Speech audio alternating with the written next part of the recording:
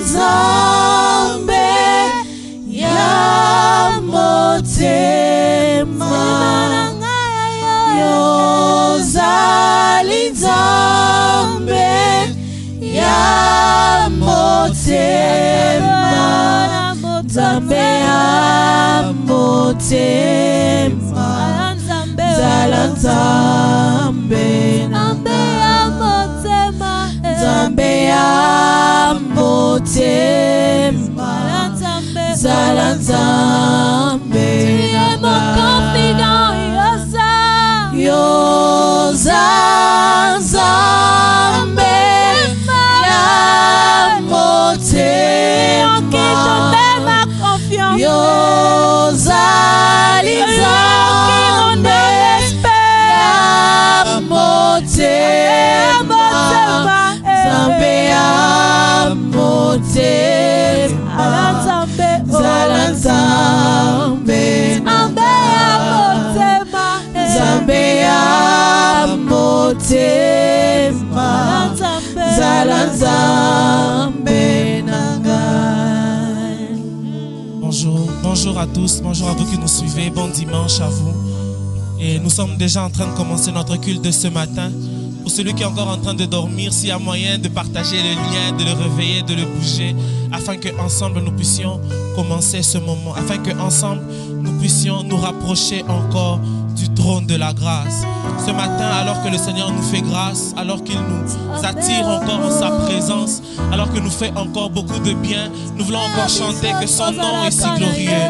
J'aime encore la Bible qui nous dit, je suis dans le psaume 46, Dieu pour nous un refuge et un appui, un secours qui ne manque jamais dans la détresse.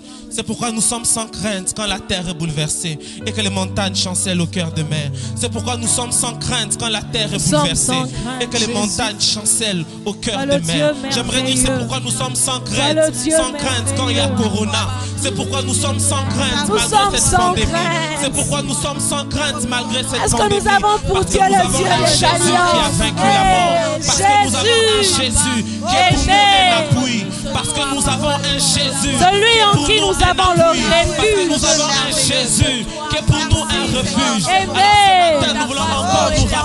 Ce matin, nous voulons encore nous rapprocher pour adorer le Père. Ce matin, nous voulons encore nous rapprocher pour parler à ce Jésus. Ce matin, nous voulons encore nous rapprocher pour parler à ce Seigneur, pour parler encore à ce Dieu. Tu es merveilleux, Jésus. Tu es merveilleux, Jésus. Celui qui assure ma sécurité. Ah, le Dieu qui assure ma protection. Le Dieu qui assure mon bien-être. Jésus. Nous, on n'a pas peur. Nous, on n'a pas peur parce qu'on a un Jésus. Nous, on n'a pas peur parce que l'on a un Jésus. Alors ce matin, je t'invite encore à te rapprocher. Ce matin, je t'invite encore à te rapprocher pour adorer ce Dieu. Je t'invite encore à te rapprocher pour adorer encore ce Jésus. Alléluia. Celui qui a vaincu la mort. Le mystère de ta gloire révèle. Approchez encore de toi, Seigneur. En toi, Christ, notre Seigneur. Oh, ce nom est si merveilleux. Oh, ce nom est si merveilleux. Le nom de Jésus-Christ, mon roi. Oh, ce nom est si merveilleux. Sa bonté sans pareil. Oh, ce nom est si merveilleux. Le nom de Jésus. Tu n'as pas voulu les cieux sans nous. Alors Jésus, tu es venu. Ah. Ton amour a vaincu mon péché. plus rien ne peut nous séparer.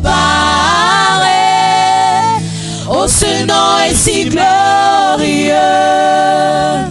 Oh, ce nom est si glorieux. Le nom de Jésus-Christ, mon roi. Oh, ce nom est si glorieux. Sa bonté sans pareil. Oh, ce nom est si glorieux. Le nom de Jésus. Oh, ce nom est si glorieux. Le nom de Jésus. Jésus, sois béni. Sois béni, toi dont le nom est merveilleux, le nom qui nous comble, le nom grâce auquel nous sommes affranchis, le nom grâce auquel nous sommes libérés, le nom de Jésus, le nom devant qui tout genou fléchit, le nom devant qui tout genou fléchit, c'est le nom de Jésus, le nom de Jésus, le nom qui est la voiture de nos puissances, le nom qui guérit, le nom qui guérit. Nous venons encore nous rapprocher pour adorer ce Père, pour adorer le Père, pour adorer encore. Le voile s'est déchiré, désarmant la mort et le péché. Le ciel chante ta gloire, l'écho de ta victoire, car tu es le roi ressuscité. Tu es sans rival, tu es sans égal. Dieu, tu triomphes à tout jamais.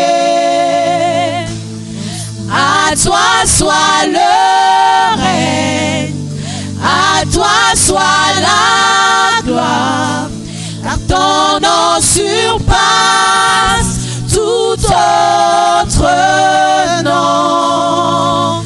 Oh, ce nom est victorieux, oh, ce nom est victorieux, le nom de Jésus-Christ, mon roi.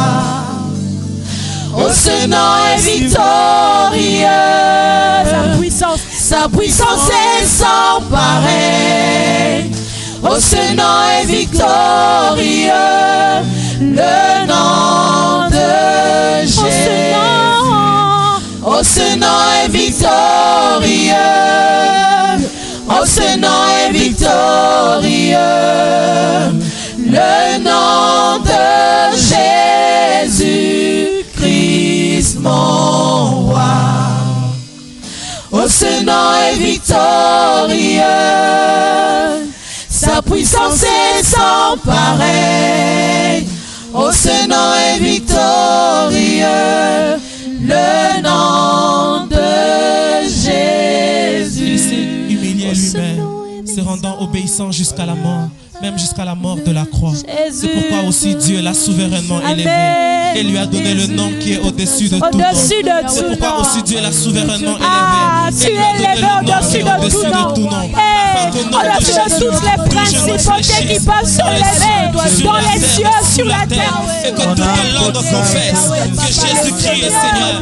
Et que toute langue confesse que Jésus-Christ est Seigneur. À la gloire de Dieu le Père. À la gloire de Dieu le Père. La Bible dit, c'est pourquoi aussi Dieu l'a souverainement élevé. Et lui a donné le nom qui est au-dessus de tout nom. Afin qu'au nom de Jésus, tout genou fléchisse dans les cieux, sur la terre, sous la terre. Et que toute langue confesse que Jésus est Seigneur. Que Jésus est Seigneur. Alléluia. C'est pour que quelqu'un confesse encore que Jésus est Seigneur. Que Jésus est Seigneur. Et sans ces quelques minutes encore, quelqu'un peut se rapprocher pour dire encore que ce Jésus est Seigneur. Pour dire encore que ce Dieu est merveilleux. Lui dire encore Azanzambe mon néné. Lui dire encore Azanzambe mon néné. Azanzambe mon néné. Yenda ibiko bate la biso. Yenda ibiko zinga biso. Yenda ibiko bate la biso. Malgré les gestes barrières, il n'y a qu'un seul qui est capable de nous sauver. Il n'y a qu'un seul qui est capable de nous guérir. C'est ce Dieu que nous sommes en train d'adorer ce matin. Alléluia. Zambe mon néné. Zambe mon néné. Zambe mon néné. Zambe mon néné. Zambe mon néné. Nous voulons le chanter encore ce matin. Alléluia. Zambe mon néné. Atonda nangu Abatela kanga. Abatela kanga. Abatela kanga. Kami pepe mabe. Zambe mon néné.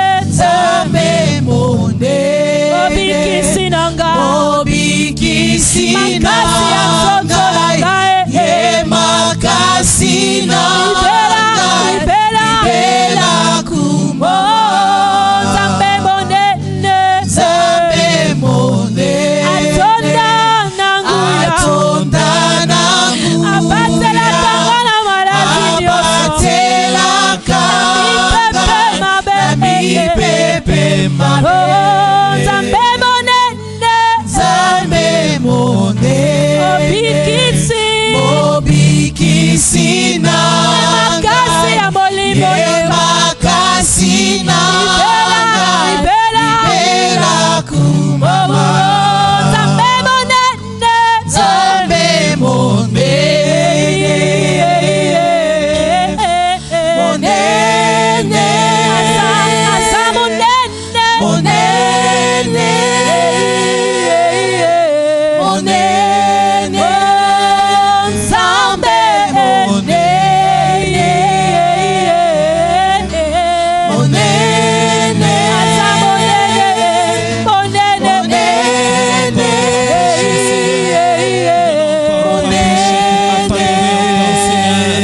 Nous venons encore nous rapprocher, Jésus, pour t'adorer. Je voudrais maintenant ces 2 minutes qui restent. Quelqu'un peut-il adorer le Seigneur sans mélodie? Quelqu'un peut-il simplement encore se rapprocher du Seigneur? Quelqu'un peut-il simplement encore se rapprocher? Adorer encore. Makasi ya liboso na ngai. Obateli na ngai. Malgré la geste barrière. Obatela kanga. Malgré corona Yesu. Obatela kanga. Adorer encore. Parce que moi, lorsque je regarde cette pandémie, moi, lorsque je regarde ma vie, sans Jésus, ça n'a pas de sens. Sans Jésus, où est-ce que je serais en ce temps? Quelle serait mon histoire en ce moment si je n'avais pas rencontré le roi de roi? Quelle serait mon histoire en ce dimanche si je n'avais pas rencontré le roi de roi?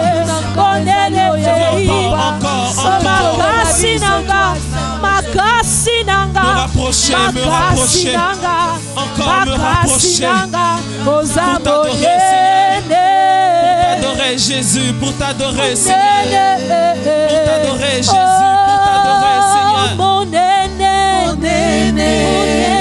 mon néné, Mon néné. Mon néné. Mon néné. Mon néné. Le puissant, le victorieux. Oh, makasi, Makasi. Merci de le faire. Makasi. Merci encore, Makasi. Mon Merci néné. encore parce que tu nous attires encore et tu nous fais du bien. Nous voulons ensemble prier pour nos cœurs, demander encore au Seigneur de nous parler en ce matin. Nous envoyons sa parole guérit. Nous voulons encore demander à ce qu'il nous rafraîchisse par sa parole. Qu'il nous rafraîchisse par sa parole. Élève ta voix, demande au Seigneur de te parler. Tu peux être en chambre, tu peux être au salon, même à la cuisine. Élève ta voix simplement et demande au Seigneur de te parler en ce dimanche Parle à nos matin. cœurs ce matin. C'est toi que nous Parle-moi, voulons Jésus, écouter, parle-moi, Seigneur. Seigneur. Édifie nos Parle-moi, cœurs, Jésus, édifie nos parle-moi, vies, Seigneur. enseigne-nous. Que Parle-moi, ta parole Éternel, ce je veux matin t'entendre. transforme nos vies. Parle-moi, Que ta parle à mon parole cœur, ce parle-moi, matin fasse de Jésus. nous des hommes Claire-moi et des encore par ta femmes parole, Seigneur. nouveaux, renouvelés Claire par encore toi. par ta parole, nous voulons t'entendre ce matin.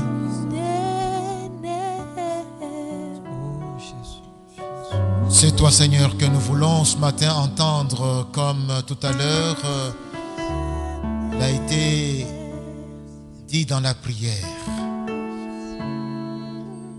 C'est toi que nous voulons entendre et nous sommes heureux de nous retrouver ici en ta présence. Amen. Parle, ton peuple t'écoute, Seigneur, au nom de Jésus. Amen. J'ai béni le Seigneur pour la joie qu'il nous accorde de nous retrouver tous là. Je vous salue et vous bénis de la part du Seigneur. Vous qui êtes maintenant branchés pour recevoir la délivrance de ce message que de la part du Seigneur nous recevons tous ce matin. Je suis dans la joie de voir le modérateur, mon frère Sam, de voir le deux Patrick, Iye et Blaka. Je suis content de voir Denis, de voir aussi le Emmanuel, maman Winnie, Jemima ainsi que Naomi. Ça fait une grande joie de voir Isaac, Genovic, Francis, Ezer, Philly.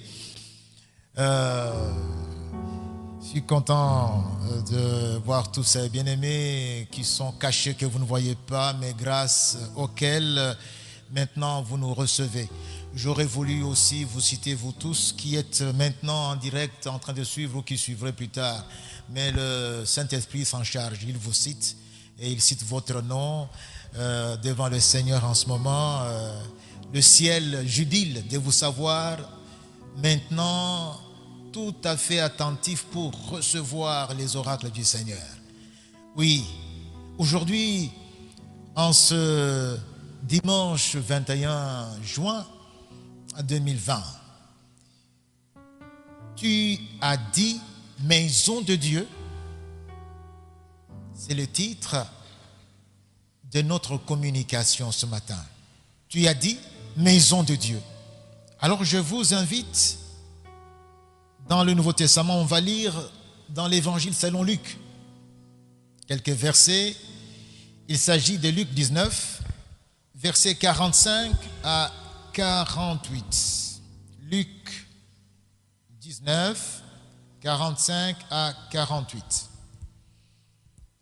Voici ce que nous trouvons dans ce passage.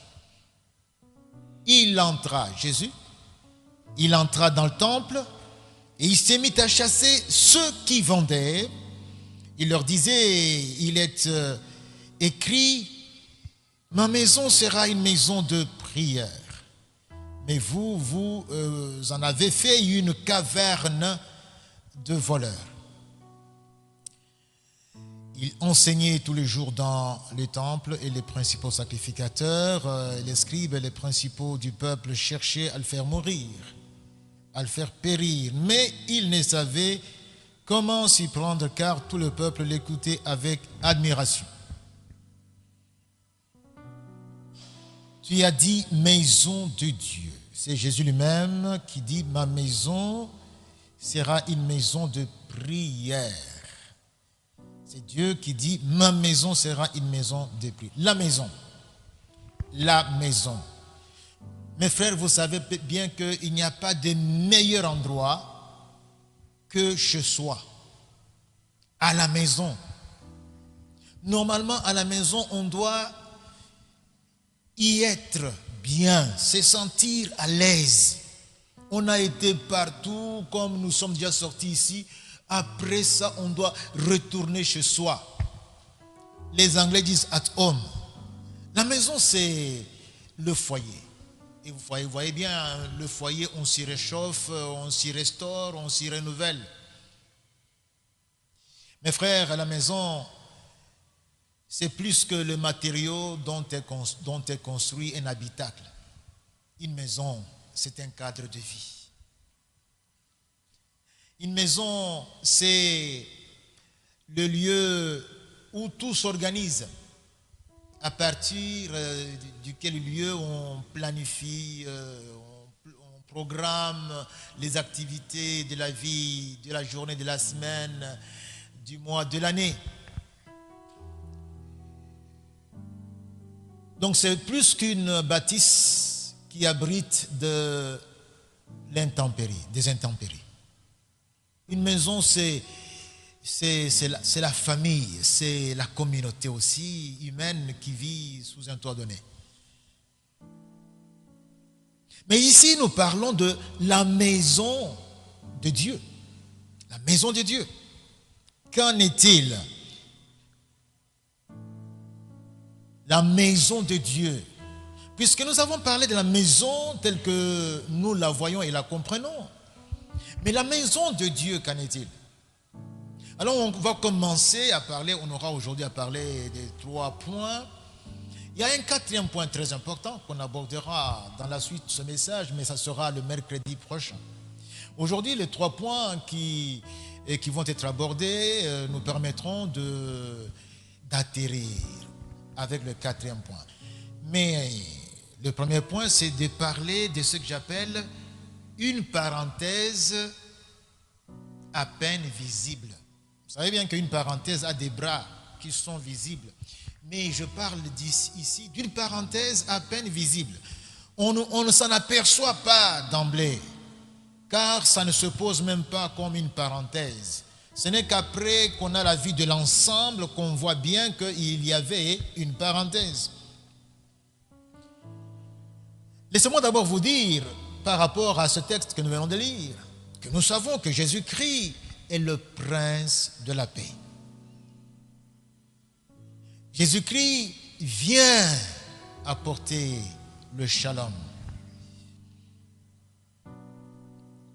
Nous les connaissons à tous les moins comme étant l'incarnation même de la douceur. N'est-ce pas lui qui dit « Je suis humble et doux » quand il nous invite à lui. Cependant, les voilà ici qui d'un coup, d'après ce que nous lisons, se mit à chasser ceux qui vendaient. Il s'est mis à chasser des gens qui étaient en train de vendre. Nous sommes chronologiquement, si vous mettez les évangiles de Jésus en harmonie, nous sommes ici chronologiquement au crépuscule, au soir du ministère du Seigneur, vraiment vers la fin de ce ministère. Pratiquement au fin final, la dernière semaine. Et ceux qui savent très bien, il y a Matthieu, Marc, Luc, qu'on appelle évangile synoptique. C'est eux qui nous rapportent ce fait. Les calculs qui ont été faits nous permettent de dire que ce jour, c'était le lundi 3 avril de l'an 30. Avec les mathématiques, maintenant, c'est plus facile. On peut retourner même dans le passé et reconnaître beaucoup de dates avec précision. Et j'ai pris ça du dictionnaire biblique où on a donné toutes ces informations. Le lundi 3 avril de l'an 30. On a, mes frères, cet épisode, osons le dire, rocambolesque. Marc ainsi que Matthieu rajoutent certains éléments qui nous font voir que c'est vraiment trépidant. Matthieu chapitre 21 verset 12, puisque Matthieu tout comme Marc ainsi que Luc rapportent ce fait. Matthieu dit ceci: Jésus entra dans le temple de Dieu, il chassa tous ceux qui vendaient et achetaient dans les temples. Luc n'a parlé que de ceux qui vendaient. Ici, ceux qui vendaient et achetaient. Il renversa les tables des changeurs et les sièges des vendeurs des pigeons. Si vous lisez dans le livre des Lévitiques, vous saurez pourquoi on vendait les pigeons. Vous Vous vous rappellerez que pour présenter Jésus au temple, Marie et Joseph vinrent avec les pigeons. Donc en plus de ceux qui se vendaient ici, il y avait aussi les pigeons. Marc 11, versets 15 et 16. Ils arrivèrent à Jérusalem, donc Jésus et ses disciples, et Jésus entra dans le temple. Il s'est mis à chasser ceux qui vendaient et qui achetaient dans le temple. Et écoutez la suite. Et il ne laissa personne transporter aucun objet à travers le temple. Frères, quel zèle et quelle énergie. Ça ne ressemble pas tellement à quelqu'un de doux. Nous sommes ici à quelqu'un qui utilise ses biceps et qui réussit à renverser les tables des vendeurs, des changeurs et les chasse, et quand ils veulent même récupérer, ils les empêchent. Cette péripétie, mes frères, ne pouvait pas échapper aux gens habituels qui venaient au temple. Or, à cette époque, ce ne sont pas ceux qui venaient habituellement au temple de Jérusalem. C'est l'époque pascale et l'une des fêtes pour lesquelles le Seigneur avait dit que l'on devait se présenter devant le Seigneur. Il y avait bien sûr la fête de Pâques, la fête des semaines, qu'on appelle aussi la fête des moissons ou Pentecôte, et la fête de Huttes. Ce sont les trois occasions où Dieu avait dit que tous les mâles d'Israël, donc on allait en famille se présenter devant l'Éternel. Pendant cette période, vous savez très bien que c'était la période de préparation pascale, il y avait déjà des pèlerins qui s'étaient déjà rendus à Jérusalem et se retrouvaient normalement au temple qui était le point focal où tous se retrouvaient. Eh bien, ils ont tous assisté à cette scène. Quelqu'un qui vient, qui entre et qui commence à chasser les gens. Figurez-vous, vous trouvez comme ça les étalages et vous voyez bien quelqu'un qui commence à fouetter. Les gens sont surpris. D'abord, on prend fuite et puis quand vous prenez fuite, vos marchandises sont renversées, votre argent avec. Quand vous les récupérez, la personne réussit à vous en empêcher. C'est ce qui arriva. Mais nous disions que c'est vraiment au soir du ministère de Jésus. C'est déjà vraiment au crépuscule très avancé. Nous sommes dans la dernière semaine, le lundi. Et ça veut dire quelques 96 heures avant que Jésus ne soit mis à la croix. 4 jours seulement. La vie de Jésus se compte en termes d'heures pour ce qui lui reste sur cette terre. Et il accomplit cette prouesse avant son sacrifice sanglant à la croix de Golgotha. Je dis bien, c'est vraiment à la fin. Mais notez qu'au début, alors, à l'aurore du ministère de Jésus, nous savons très bien que le premier miracle qu'il accomplit, c'est le vin qu'il parvient à offrir, car de l'eau il transforme bien sûr cette eau en vin, et c'était au mariage. Et juste après, c'est la fête de Pâques, la première Pâques où Jésus va avec ses disciples dans son ministère public. Il est à Jérusalem, encore Pâques. On voit bien Pâques. Et là, les trois auteurs des évangiles synoptiques n'en parlent pas. Il n'y a que Jean qui en parle. Jean chapitre 2 versets 13 et 16. La Pâque des Juifs était proche. Et Jésus monta à Jérusalem et il trouva dans le temple des vendeurs de bœufs, des brebis et des pigeons. Encore une fois les pigeons. Et les changeurs assis, ayant fait un fouet, il les chassa tous du temple, ainsi que les brebis et les bœufs. Il dispersa la monnaie des changeurs, des cambistes. Il y en avait aussi déjà. Vous comprenez bien que ces pèlerins venaient de tout le monde qui était connu d'alors, de la Grèce, de l'Afrique, de l'Asie mineure. Ils venaient de partout.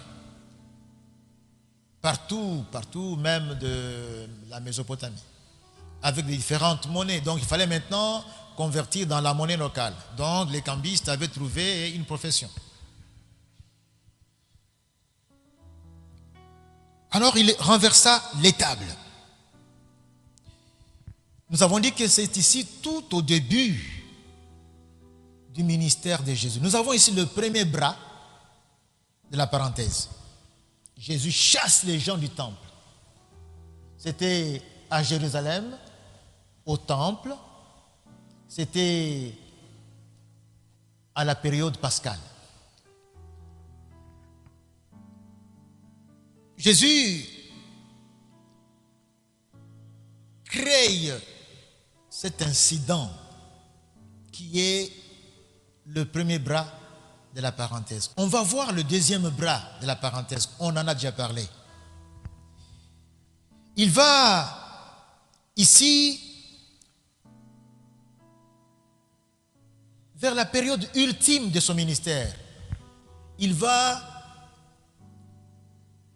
recréer le même incident au temple, à la période pascale, à Jérusalem. Il va également chasser. Et c'est ce récit qu'on a lu ici et que nous reportent les trois évangélistes, Matthieu, Marc et Luc. Donc c'est un même acte que Jésus accomplit deux fois, comme pour marquer l'insistance, comme pour nous conduire à remarquer. Et cet acte qui est deux fois reproduit est une parabole. Et une parabole doit être explicitée et comprise. Jésus introduit et conclut le ministère public entre, d'une part, après sa naissance, il ouvre la première parenthèse et il ferme la parenthèse avec le même acte avant sa mort. Chasser les gens qui vendaient au temple. Quel est le sens de cette parabole? Nous y reviendrons, mes frères. Le temps pour nous de passer au deuxième point. Il s'agit de la maison de Dieu. Parlons-en. La maison de Dieu. Parce qu'il est question de la maison de Dieu ici. Dieu est infiniment grand, infiniment immense. Ce Dieu qui éternellement transcende et le temps et l'espace. Comment pourra-t-il habiter une construction faite d'un main d'homme? Une construction finie géophysiquement. Comment est-ce possible? Il y a beaucoup à dire là-dessus, mes frères, tant il est vrai que déjà dans l'assemblée au désert, il y avait le coffre sacré de l'Alliance. Ce coffre qui était construit sous les directives de Dieu lui-même, les directives données à Moïse. L'on parlait à cette époque-là de la tente d'assignation, c'est-à-dire la tente de la rencontre, là où le peuple allait rencontrer Dieu. C'est là que pendant 40 ans de nomadisme, Israël a servi Dieu, a accompli les services cultuels pour Dieu pendant toutes les 40 années. Et aussi, après ces 40 années, quand ils sont entrés, Israël est arrivé au pays promis, ils ont continué le même service. Quand David devient roi, il a l'intention de construire une maison pour y mettre l'arche de l'Éternel. Et après qu'il a envisagé cela, il en parle, il fait part de son projet au prophète Nathan. La nuit, quand Nathan va s'endormir, le Seigneur va lui donner une vision, il va lui parler, il va lui dire, va dire ceci à mon serviteur David. Nous sommes dans 2 Samuel chapitre 7, versets 12 et 13. Maintenant, c'est ce que le Seigneur doit dire, le Seigneur Dieu a dit à Nathan, afin qu'il dise au Seigneur, à David. Maintenant, tu diras à mon serviteur David, quand tes jours seront accomplis, donc quand tu devras aller te coucher avec tes pères, j'élèverai ta postérité après toi. C'est lui qui sera sorti de tes entrailles et j'affermirai son règne. Ce sera lui qui bâtira une maison en mon nom. Notez bien, une maison en mon nom. Et j'affermirai pour toujours le trône de son royaume.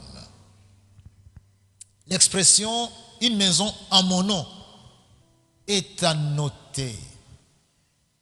Car ça nous permet de comprendre que ce n'est pas forcément là où Dieu entre et puis il est abrité. Mais c'est une maison qui est construite au nom de Dieu, là où on doit venir pour adorer Dieu au point, à l'endroit que Dieu a désigné. Cette maison, au nom de l'Éternel, mes frères, est-ce le temple que Salomon, fils de David, qui a remplacé David, est-ce le temple qu'il avait finalement construit? En tout cas, quand on écoute même Salomon parler du temple qu'il avait construit, il nous laisse sur notre soif. Salomon déclare dans 1 Roi, chapitre 8, verset 27, il dit, mais quoi? Mais quoi? Dieu habiterait-il véritablement sur la terre? Voici les cieux des cieux ne peuvent le contenir. Combien moins cette maison que j'ai bâtie. Combien moins cette maison que je t'ai bâtie. Salomon est dans une modestie, on peut dire, bien lucide. Une modestie adéquate. Mais est-ce vraiment la maison de Dieu où Dieu va être abrité? Lui que les cieux des cieux ne savent contenir, lui qui est infini. Et comment d'ailleurs la terre qui n'est que son marchepied peut devenir son habitation? Et encore moins cette maison que je t'ai bâtie, Seigneur. Nous disons qu'alors ça nous laisse quand même une soif. Ça nous laisse sur notre soif. Nous nous posons la question de savoir, mais qu'en est-il effectivement? Jusqu'au jour où un digne fils de David, celui dont les prophéties ont effectivement parlé, savoir Jésus de Nazareth, dans un discours énigmatique, va parler de bâtir. Oui, va annoncer un projet de construction. Naturellement, quand le fils de David s'exprime en termes de bâtir, alors là, on remet tous les compteurs à zéro. Car Dieu avait parlé d'un fils, il avait même parlé qui allait donc être devant lui éternellement, lui donner un royaume éternellement. On sait bien que ce n'était pas le cas de Salomon qui était déjà parti. Mais voici que dans la maison de David va naître quelqu'un qui, d'après les discours prophétiques, représente le fils de David. Vous savez bien, l'autre jour, quand l'aveugle qui était guéri, il a entendu que Jésus de Nazareth passait, d'après tout ce qu'il avait entendu, il criait derrière lui, fils de David, fils de David. Alors voici le fils de David, il dit que je vais bâtir, je bâtirai. Nous sommes là dans un langage architectural. C'est la maçonnerie. Je bâtirai. Et quand vous lisez en grec, c'est encore très fort. Le verbe qui est utilisé, c'est construire la maison. Oikodemeo. Construire. Domos, maison. Donc, vous avez ici ce discours. Alors on met tous les compteurs à zéro puisqu'on va maintenant écouter la suite. La suite de la phrase est énigmatique puisqu'on attend un complément d'objet direct qui correspond au verbe bâtir. Mais ce qu'on attend juste là comme complément d'objet direct de ce verbe bâtir nous oblige de revoir notre appréhension de ce discours. Parce qu'on va sur une autre dimension où Jésus nous amène. Jusque-là, nous n'avions qu'un cadre donné. Mais Jésus nous sort de ce cadre et nous présente un vaste domaine que nous ne soupçonnions pas. Il s'agit de bâtir, mais de bâtir une assemblée. Je bâtirai mon assemblée. Ce n'est pas ce qu'on attend.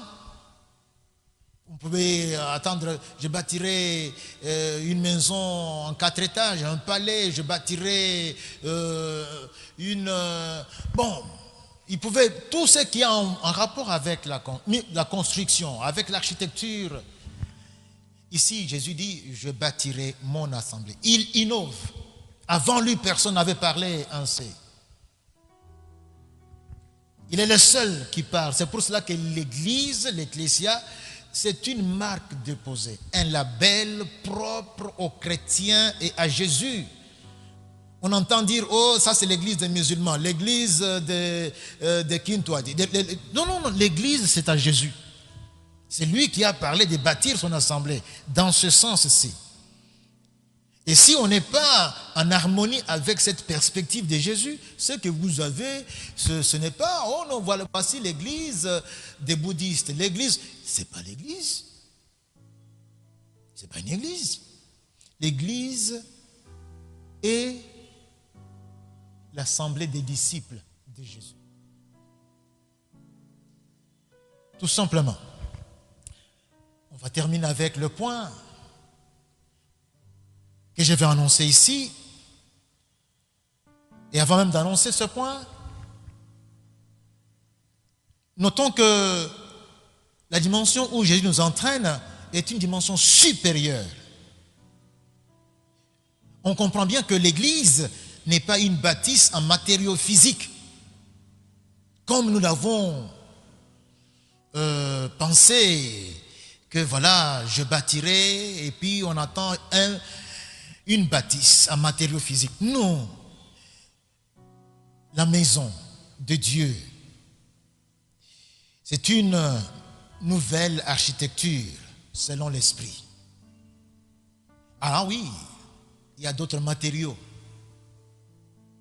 dont la maison dont Dieu parle et dont la Bible parle va être construite. Cette maison sera construite avec d'autres matériaux différents de tout ce que nous connaissons.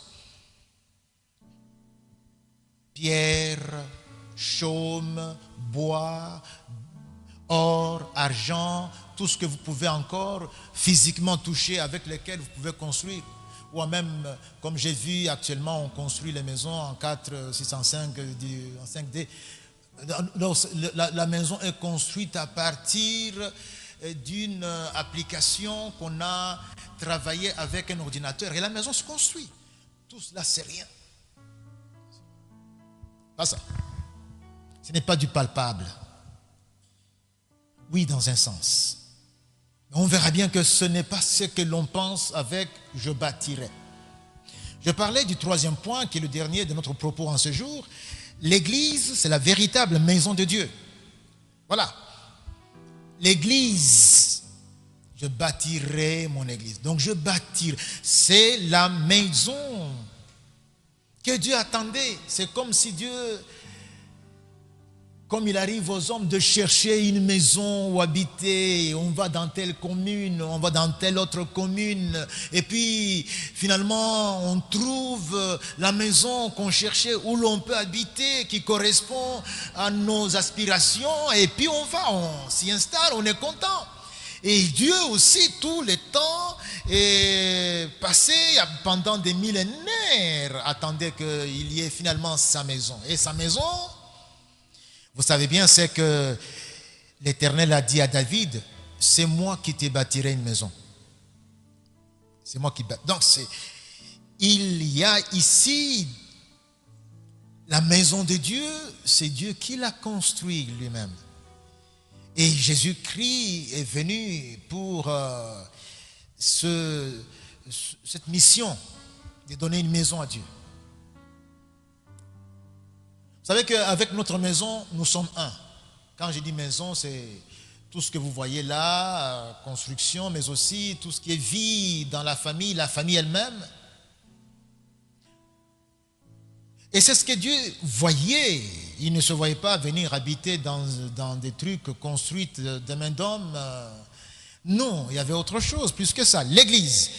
Eh bien, nous retrouvons ici, comme nous l'avons dit, le génie civil spirituel. Une architecture spirituelle. Dieu est esprit, donc invisible. Sa maison doit être aussi spirituelle. L'Église universelle est invisible. On ne la voit pas, mes frères. Tandis que l'Église locale, la PPUPEN, l'Église locale, la PPISG, l'Église locale, l'ECC, bon, on sait voir l'Église locale. L'ECC, CBECO, l'ECC, Cessius là. La Borne. Philadelphie, ce sont des églises locales.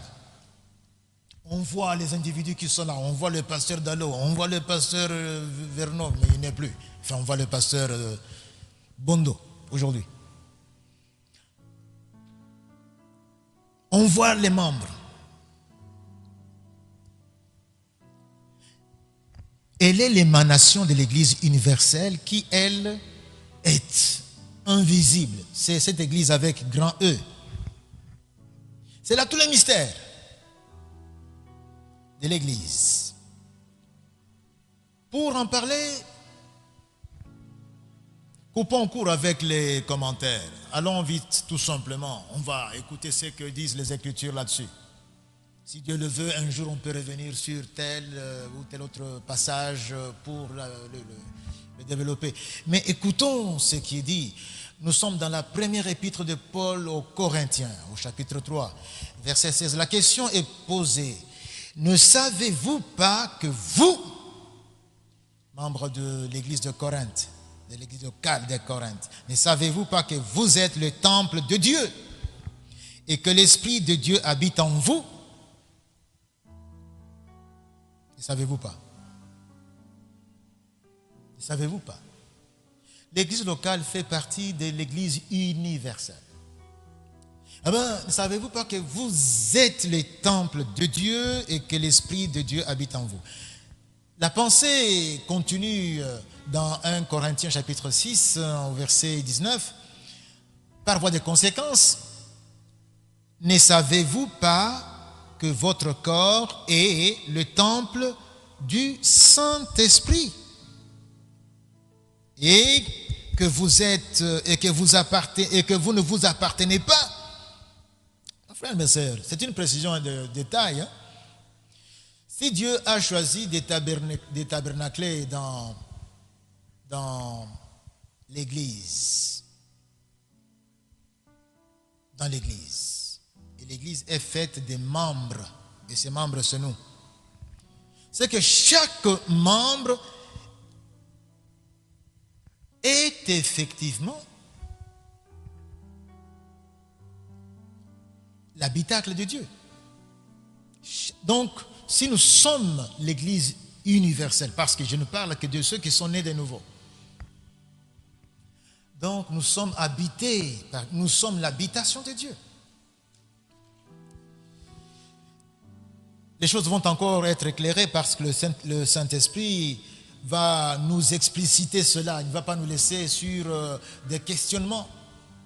Et je vous envoie dans la lettre de Paul aux Éphésiens. Lisez avec moi le chapitre 2, versets 19 à 22. Ainsi, vous n'êtes plus des étrangers, vous qui avez cru en Jésus, ni des gens du dehors, mais vous êtes des concitoyens des saints, gens de la maison de Dieu. Notez, gens de la maison de Dieu. Vous avez été édifiés, bâtis, construits, édifiés sur le fondement des apôtres et des prophètes. Jésus-Christ lui-même étant la pierre principale, la pierre angulaire. Nous sommes là en architecture, mes frères, en maçonnerie, en construction. Il y a la pierre fondamentale qui est la principale, et puis dessus on construit les apôtres, les prophètes. En lui, tout l'édifice, bien coordonné, s'élève pour être un temple dans le Seigneur. En lui, vous êtes, vous, enfants de Dieu, vous disciples, vous êtes aussi édifiés pour être une habitation de Dieu, pour être une habitation, un habitacle de Dieu en esprit. Une habitation spirituelle, pour ainsi dire, habitation de Dieu en esprit, donc habitation spirituelle de Dieu. Le Saint-Esprit à travers Pierre revient sur cette vérité et enfonce le clou, intensifie la lumière qu'il jette pour que nous comprenions bien de quoi il est question. Dans la première épître de Pierre au chapitre 2 verset 5, nous lisons: approchez-vous, versets 4 et 5, approchez-vous de lui, pierre vivante, lui Jésus, pierre vivante, rejetée des hommes, mais choisie et précieuse devant Dieu. Et vous, comme des pierres vivantes, édifiez-vous pour former une maison spirituelle. Notez, ces mots sont choisis expressément par le Saint-Esprit.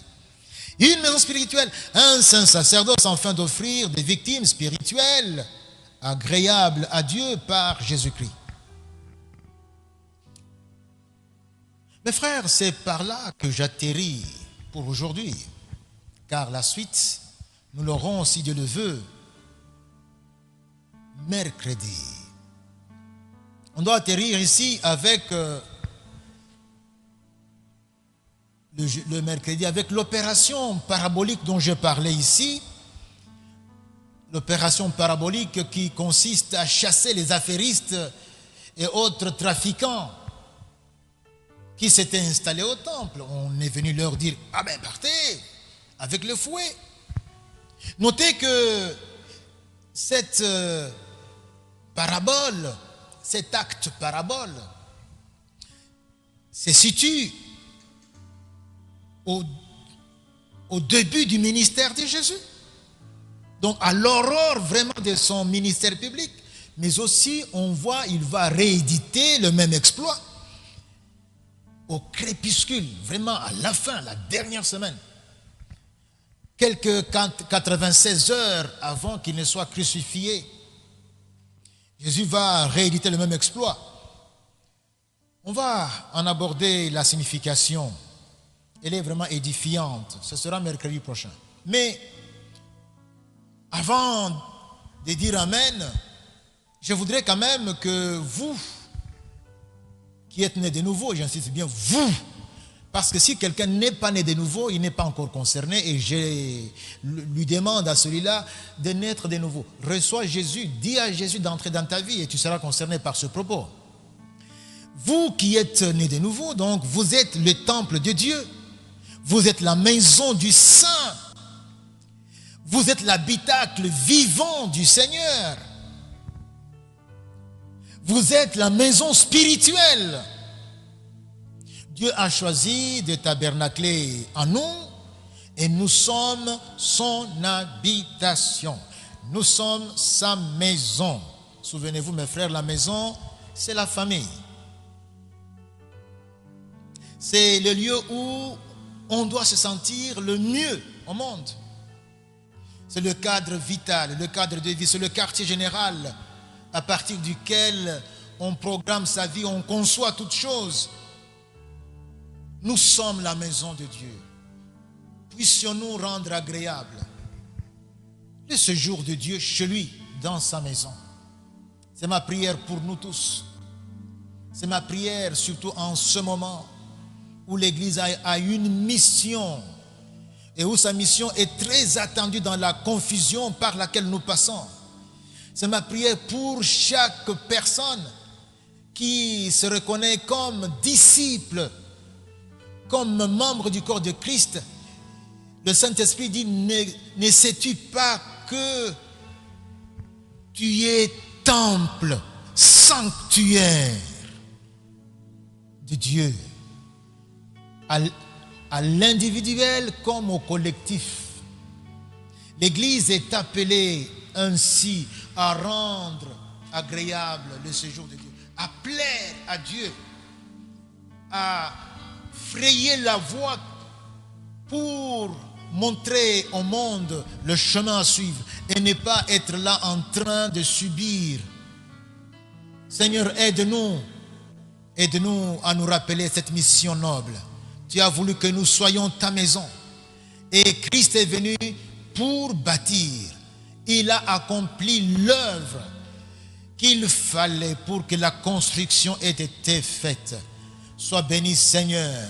Aujourd'hui, tu nous montres que nous sommes ta maison et nous avons la responsabilité de rendre agréable ton séjour chez toi, Seigneur, dans ton sanctuaire. Et le Saint-Esprit est venu avec la mission de rendre cela possible. Puisse cela se faire ainsi, au nom de Jésus-Christ. Amen. Amen. Amen. Amen. Amen. Amen. Que Dieu vous bénisse. Amen. Amen. Alléluia. Merci Saint-Esprit de faire encore cette œuvre.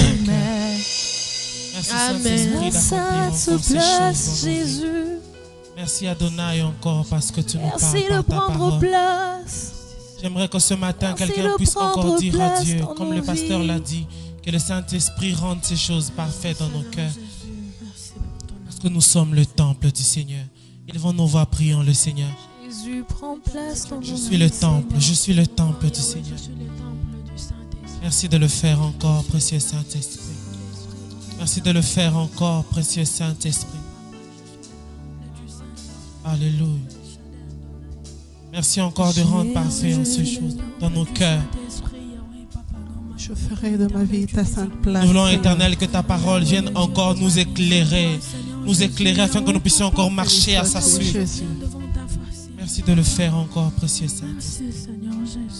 Je ferai Alléluia. de ma vie ta sainte place. Je bâtirai ton trône dans mon cœur. Alléluia. Trône dans mon cœur. Viens Seigneur, viens Père, viens. Viens Père, viens Fils, Viens Esprit, viens prendre la place du roi. Saint-Esprit, viens et prends ta place dans nos cœurs. Viens prendre ta place dans nos cœurs.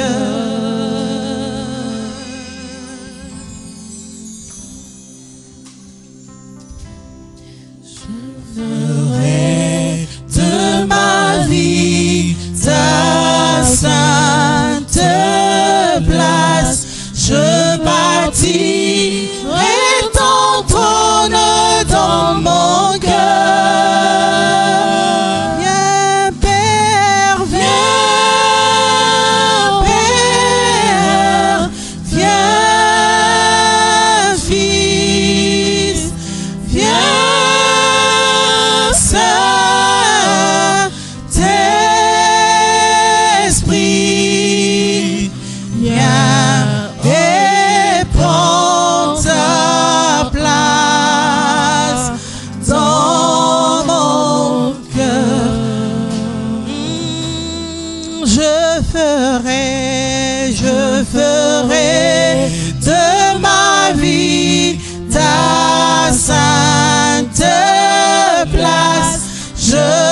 attirer ton trône dans mon cœur.